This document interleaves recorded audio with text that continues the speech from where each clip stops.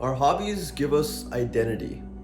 Without something that really captures our attention and probably always has, we probably don't have very much to say to other people when they ask us, hey, what'd you do this weekend? Or what are you excited about doing? And if we don't end up manifesting these hobbies and taking advantage of our passions of them, oftentimes we're gonna feel like life is not as interesting as it really is. Hobbies connect us with the people in our lives. They symbolize, I believe, our soul's purpose on this planet in some ways. Think about something that you used to really enjoy doing when you were young, to the point where you didn't have too many conceptions of the world and didn't really have too many opinions, but you knew that there was something that you just loved doing. For me, it was strategizing little card games like Yu-Gi-Oh! Or playing video games with my brother, or going and hanging out with a group of friends and talking to them about some kind of out-of-the-box things. If you remember the pleasant experience of having something that you were passionate about when you were younger, you will realize that you still have this passion now. It's just a matter of whether or not you spend the time to cultivate it. And when I say identity, I mean the thing that really sets us apart from other people, our individuality, the ethereal connection that we have with our souls, right? When you walk away from someone, when you have a conversation with someone, the way that you make them feel is dependent on your character, the things that you do when no one's watching, or the things that you really enjoy thinking about. It'll come out in all of the conversations that you have and in all of the actions that you take in a given week or a given day. So that's why I'm saying that hobbies are so essential in forming a sense of identity. Now, if you're a younger person in college or below and watching this video, I would strongly suggest getting out and trying new things. Oftentimes, we don't really know what we enjoy doing until we get a little bit older, or until we become part of a group that really inspires us to do something. For me, I remember in sophomore year of college, I got a pair of drumsticks and I said to myself, I'm going to be a drummer for a band, but really just for fun, something that I'm passionate about. I remember when I used to dance when I was little, I used to make little drum rhythms that went along with songs. I was always into the rhythm of things, and when I finally got those drum sticks, my goodness, it was an incredible experience. I would play every day just because it was so much fun to create something.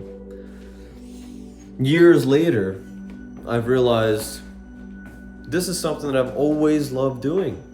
It's something that's deeply a part of me, rhythm. It's something that I've manifested into my life, and I've consistently done because I have faith that that thing will carry me forward. There's a story that my drum teacher used to tell us about him picking up a flute after playing drum for many, many years.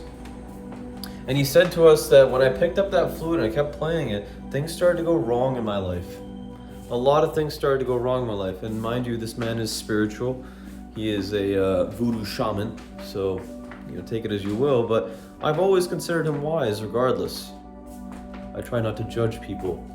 I try to just see them at face value. And when he said that his lack of drumming and picking up this other thing took him off of his one, which is his metaphor for the thing that our souls really want to do in life,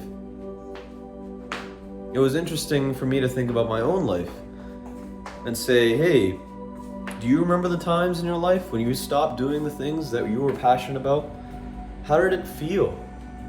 Did you feel whole? Did you feel that you had something to say to people that actually was an individualized statement, something you were passionate about?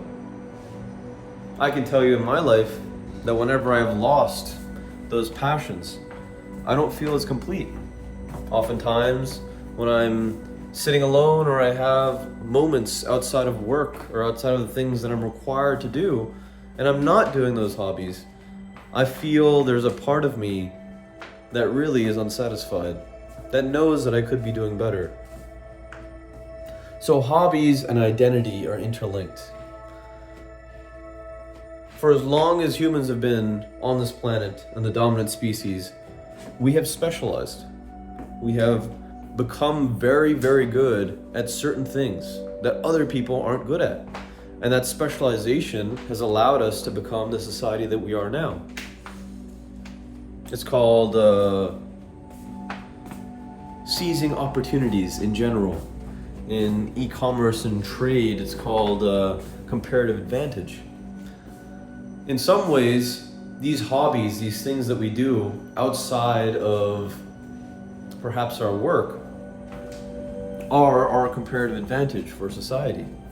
They help fill the voids that other people are not occupying.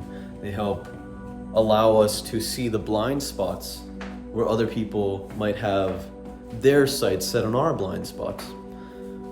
If we go and facilitate this growth, this passionate outreach for ourselves, we're going to have a better chance of making society a little bit more sustainable, in my opinion. I guess I say this from a point of resentment for a lot of my peers over the years that I've asked, hey, what do you do on the weekend? What are you going to do after school or after work? And oftentimes the response I get is watching television or going on TikTok or Instagram. And I wonder now if I can consider those hobbies. I guess the only thing that really comes to mind when people say these types of things is you probably haven't spent very much time being grateful for the things that you're really good at. And this is a pitfall. This is always going to be a pitfall for the majority of human beings because we're not taught this simple fact that our philosophies, that our individuality is our value in society. That though we have jobs that seem to mimic one another and we seem to be replaceable, the part that makes us substantial in a system is actually our identity. How we make other people feel, the things that we can accomplish based on our ideas, the things that we think about outside of work.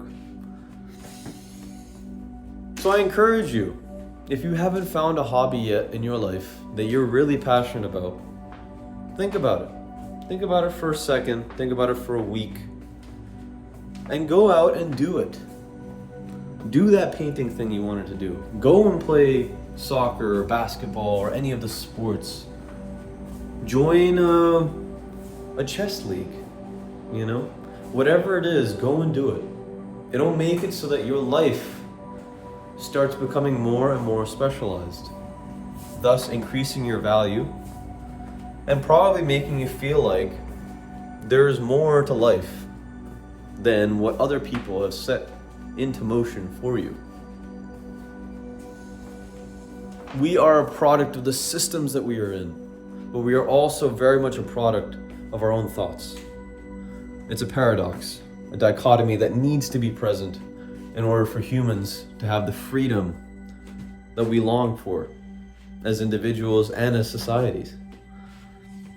Hobbies are the bare minimum that we should have in our life to make it feel like we have that freedom. Our identities are essential. Our character is essential. It grounds us. It makes it so that we have something to hold on to for other people, that we're pillars to some capacity for other people's passions. I talk a lot about these things in this channel, mainly for emotional intelligence. My belief is that society is straying away slowly but surely from that human thing that we've always had and needed. And I think it's to its detriment, to be honest. We may end up losing ourselves in the very technology that we're creating deliberateness. If you want more on those thoughts, check out this video right here. I'll see you over there. And remember, actualize your potential. Take care.